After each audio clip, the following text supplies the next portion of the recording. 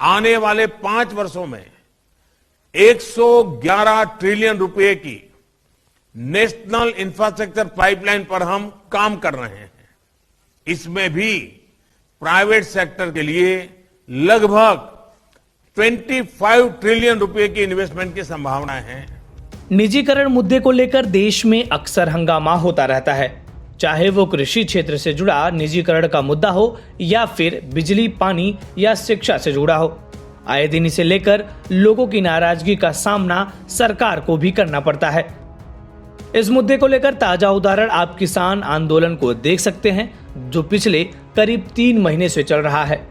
ऐसे में एक बड़ा सवाल उठता है कि आखिर निजीकरण क्यों जरूरी है और सरकार को इस मुद्दे पर कितना जोर देना चाहिए। इन्हीं सारे सवालों के जवाब एक बार फिर देश के प्रधानमंत्री नरेंद्र मोदी ने दिया है। बुधवार यानी 24 फरवरी को निजीकरण को लेकर आयोजित एक वेबिनार में उन्होंने ये समझाने की कोशिश की कि निजीकरण क्यों जरूरी हो गया है और बहुत सारी पब्लिक सेक्टर एंटरप्राइज से सरकार को और देश को क्या नुकसान हो रहे हैं। इसके साथ ही पीएम मोदी ने निजीकरण के फायदे भी गिनाए हैं। साथियों, जब देश में पब्लिक सेक्टर एंटरप्राइज शुरू किए गए थे तो समय अलग था और देश की जरूरतें भी अलग थी। जो नीति 50-60 साल पहले के लिए सही थी, उसमें सुधार की गुंजाइश हमेशा रहती है। आज जब हम ये रिफॉर्म्स कर रहे हैं तो हमारा सबसे बड़ा लक्ष्य यही है कि पब्लिक मनी का सही उपयोग हो। पीएम मोदी ने कहा कि जब पब्लिक सेक्टर की शुरुआत की गई थी तब उसकी जरूरत थी, आज की जरूरत है निजीकरण।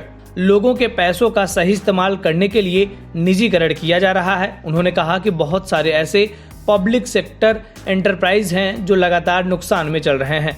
ऐसे में सरकार को अक्सर इन एंटरप्राइज की मदद करनी पड़ती है और टैक्स पेयर्स का पैसा ही इनमें खर्च होता है।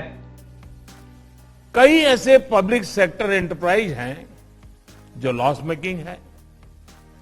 इनमें से कई को टैक्स पेयर्स के मनी द्वारा सपोर्ट करना पड़ता है। एक प्रकार से जो गरीब के हक का है, एस्पिरेशन से भरे युवाओं के हक का है, उन पैसों को इन एंटरप्राइज के कामों में लगाना पड़ता है और इस कारण अर्थव्यवस्था पर भी बहुत प्रकार का बोझ पड़ता है। पीएम मोदी ने कहा कि किसी पब्लिक सेक्टर एंटरप्राइज को सिर्फ इसलिए नहीं चलाते रहना चाहिए कि वो कई सालों से चल रहा है या फिर उससे कई लोगों के पेट पल रहे हैं। उन्होंने कहा कि इन एंटरप्राइज की मालिक सरकार बनी रहे, इसकी जरूरत नहीं है। ऐसा करने से सरकार का ध्यान कल्याणकारी योजनाओं से हटता है और साथ ही सरकार का पैसा और संसाधन भी लगता है। जब सरकार बिजनेस करने लगती है तो उसे इन कार्यों से निकाल करके, ऐसे होनहार अफसरों को निकाल करके इस तरफ ले जाना पड़ता है। एक प्रकार से हम उसके टैलेंट के साथ अन्याय करते हैं, उस पब्लिक सेक्टर एंटरप्राइज के साथ अन्याय करते हैं।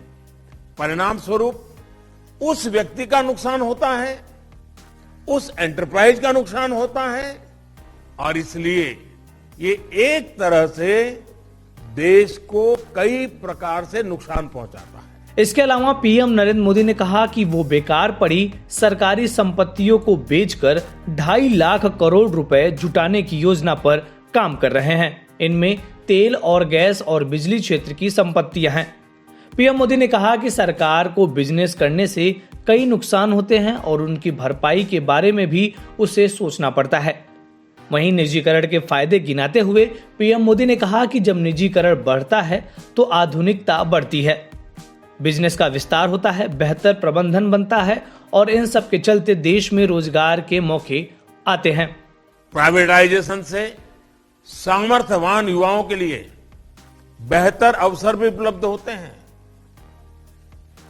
नौजवानों को अपना टैलेंट दिखाने के लिए ज्यादा अवसर मिलते हैं। साथियों, देश के हर एंटरप्राइज को एफिशिएंट बनाने के लिए transparency, accountability, rule of law, parliamentary oversight और मजबूत राजनीतिक इच्छा शक्ति आज आप स्पष्ट रूप से अनुभव करते होंगे। उन्होंने कहा कि सार्वजनिक उपक्रमों की हिस्सेदारी बिक्री से जो पैसा आएगा उसका इस्तेमाल जन कल्याण योजनाओं मसलन जल और साफ सफाई, शिक्षा और स्वास्थ्य पर किया जाएगा। आने वाले 5 वर्षों में 111 ट्रिलियन रुपए की नेशनल इंफ्रास्ट्रक्चर पाइपलाइन पर हम काम कर रहे हैं।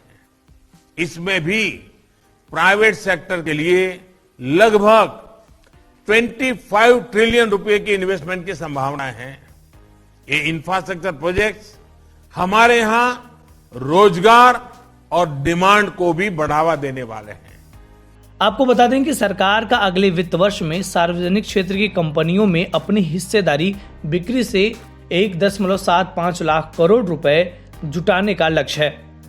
इन कंपनियों में BPCL, Air India, shipping corporation of India, Pawan Hans, IDBI bank और कंटेनर कॉरपोरेशन ऑफ इंडिया शामिल है। इसके अलावा जीवन बीमा निगम यानी एलआईसी का आरंभिक सार्वजनिक निगम यानी आईपीओ भी आएगा।